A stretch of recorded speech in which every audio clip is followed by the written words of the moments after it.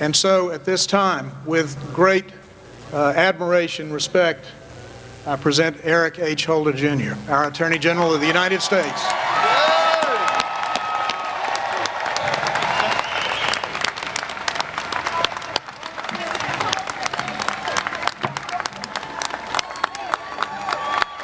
Okay. Thank you.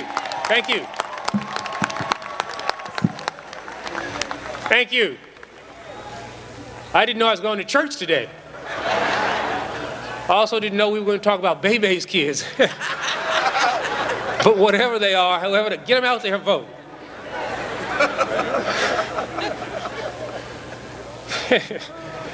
Thank you all for welcoming me to this great state and to this beautiful city. I'm honored to be with all of you here today and to bring greetings from a guy who I work for, President Barack Obama.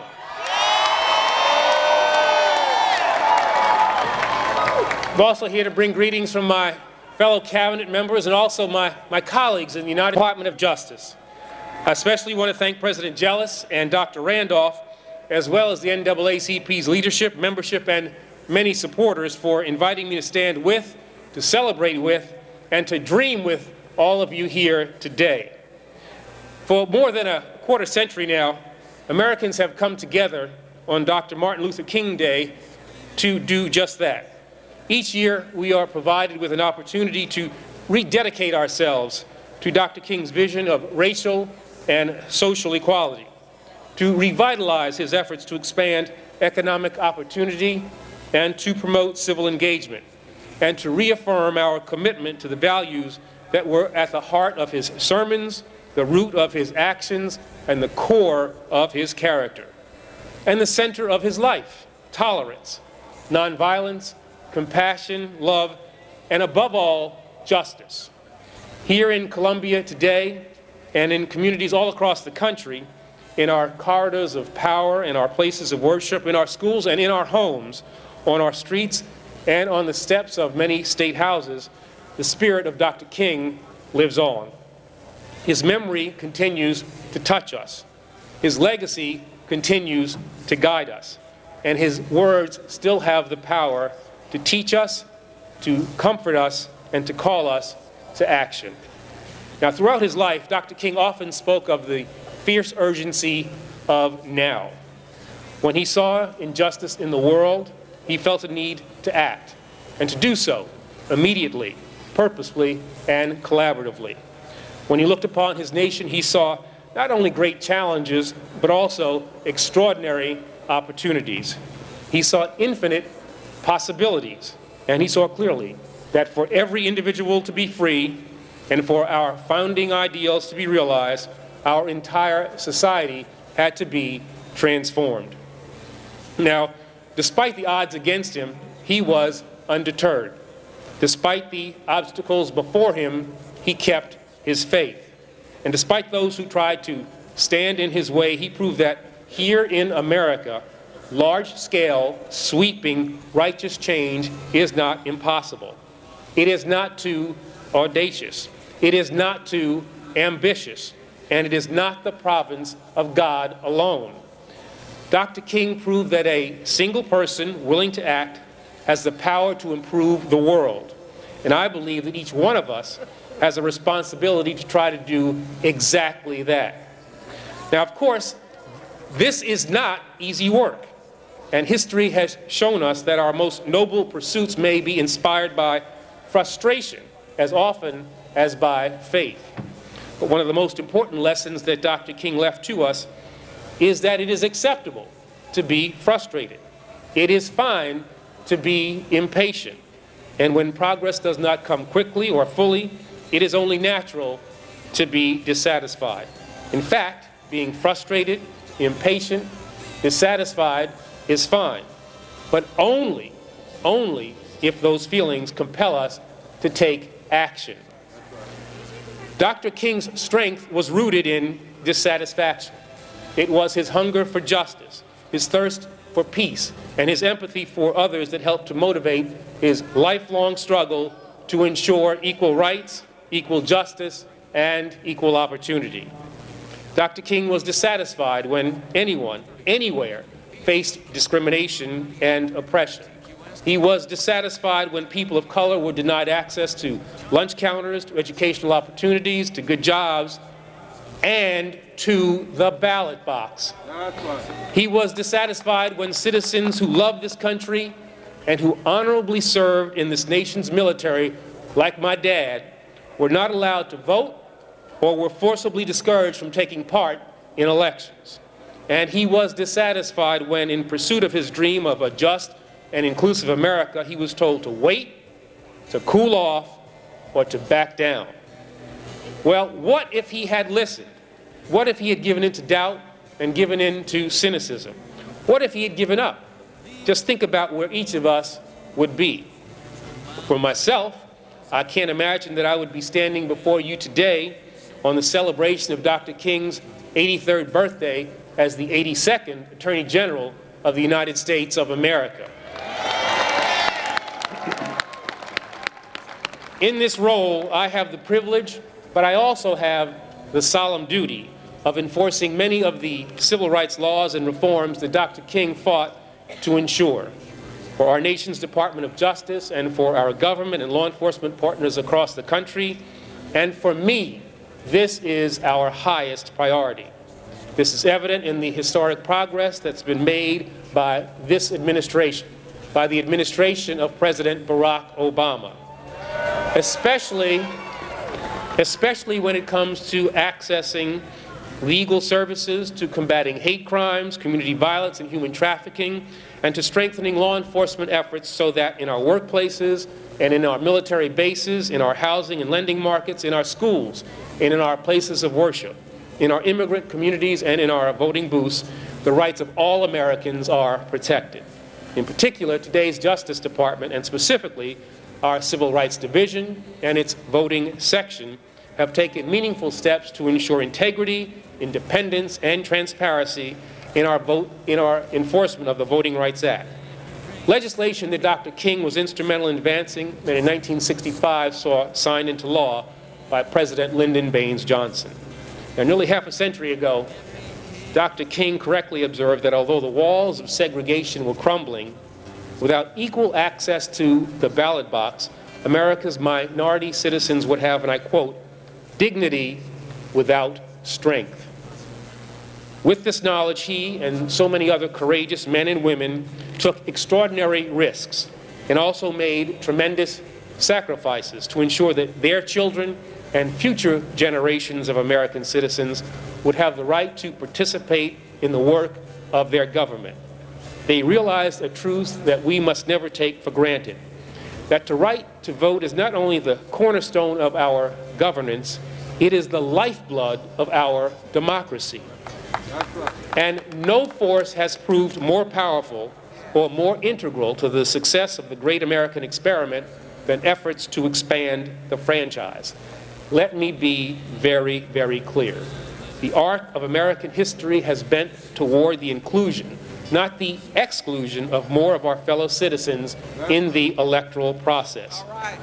We must ensure that this continues, and this is my pledge to you today. As President Jealous and others have discussed today, despite our nation's record of progress and long tradition of extending voting rights, today a growing number of our citizens are worried about the same disparities, the same divisions and problems that Dr. King fought throughout his life to address and to overcome. In recent months, in my travels across this country, and here in South Carolina, I've heard a consistent drumbeat of concern from citizens who often, for the first time in their lives, now have reason to believe that we are failing to live up to one of our nation's most noble ideals, and that some of the achievements that define the civil rights movement now hang in the balance. In 2012, they now hang in the balance. Let me assure you, for today's United States Department of Justice, under Barack Obama, our commitment to strengthening and to fulfilling our nation's promise of equal opportunity and equal justice has never, ever been stronger. Nowhere is this clearer than in the current efforts to expand access to and to prevent discrimination in our election systems. We are dedicated to aggressively enforcing the Voter Right Act and to fulfilling our obligations under both Section 5 and Section 2 of this law. Now, under Section 2, which prohibits racially discriminatory practices that amount to either vote denial or voter dilution, we have opened a record number of new investigations, more than 100 in the last fiscal year, and that's all around this country. We've also had significant success without litigation in encouraging voluntary improvements and compliance. At the same time, Section 5, which requires plea clearance of proposed voting changes in parts of all or 16 states, one of them being right here, this continues to be a critical tool in the protection of voting rights. Now, in 2006, it was reauthorized with overwhelming bipartisan and near unanimous support in Congress before being signed into law by President George W. Bush. However, despite the long history of support of Section 5, this keystone of our voting rights laws is now being challenged as, if you can believe this, unconstitutional by several jurisdictions. Each of these lawsuits claims that we have attained a new era of electoral equality, that America in 2012 has moved beyond the challenges of 1965, and that therefore Section 5 is no longer necessary. Now, I wish this were the case, but the reality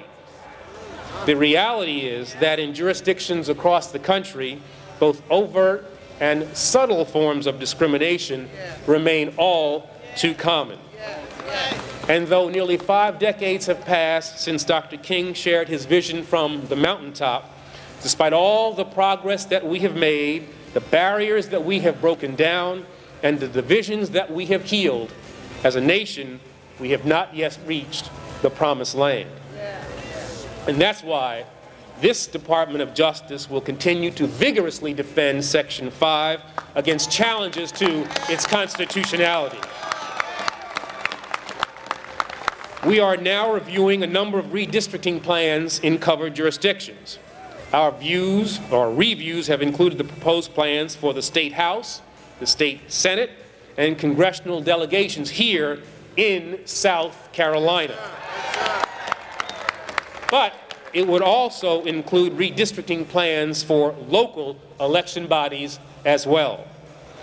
We also continue to review other types of changes to our election systems and processes, including changes to the procedures governing third-party voter registration organizations, to early voting procedures, and to photo identification requirements, to ensure that there is no discriminatory purpose or effect. For example, we recently objected under Section 5 to a South Carolina act that sought to impose a more restrictive photo identification requirement on voters in the state, and another that sought to change the manner of selecting members of a local school board. In each instance, after a thorough and a fair review, we concluded that the state had failed to meet its burden of proving that the voting change would not have a racially discriminatory effect. We need, and the American people deserve, election systems that are free from discrimination, free from partisan influence, and free from fraud. And we must do everything within our power to make certain that these systems are more, not less, accessible to the citizens of this country. The Justice Department will continue working to protect the voting rights of U.S. service members and veterans, and to enforce laws that protect Americans living abroad, citizens with disabilities, and language minorities. But we in the Justice Department cannot do this alone.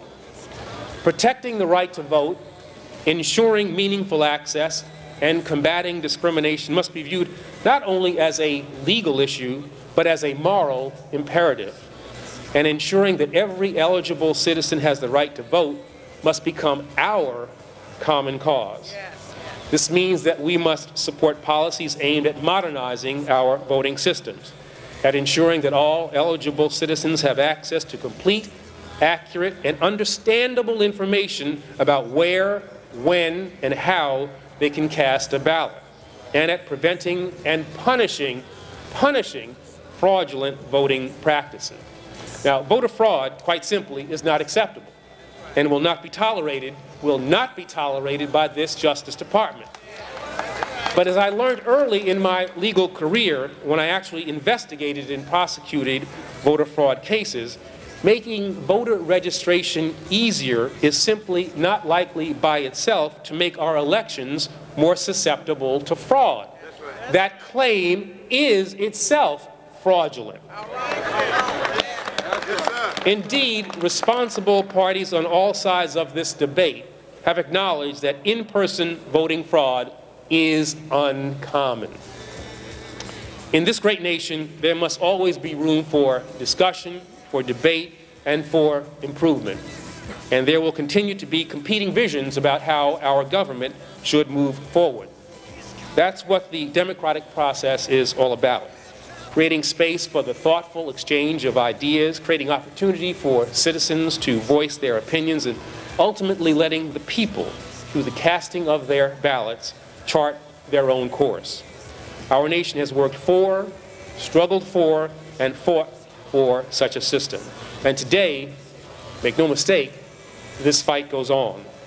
The progress we hold dear and the democracy that we hold sacred is in our hands, and it is our responsibility to carry forward. So let us seize this moment. Let us keep faith with Dr. King and rise to the challenges of our time. Let us act with optimism, and let us act without delay. In honor of the men and women on whose shoulders we stand, but also on behalf of the generations who will follow in our footsteps. And in the spirit of Dr. King, let us signal to the world that in America today, the pursuit of a more perfect union lives on. The march toward the promised land goes on, and the belief that not merely that we shall overcome, but that as a nation we will all come together continues to push us forward. May God continue to bless our journey, and may God continue to bless the United States of America. Thank you.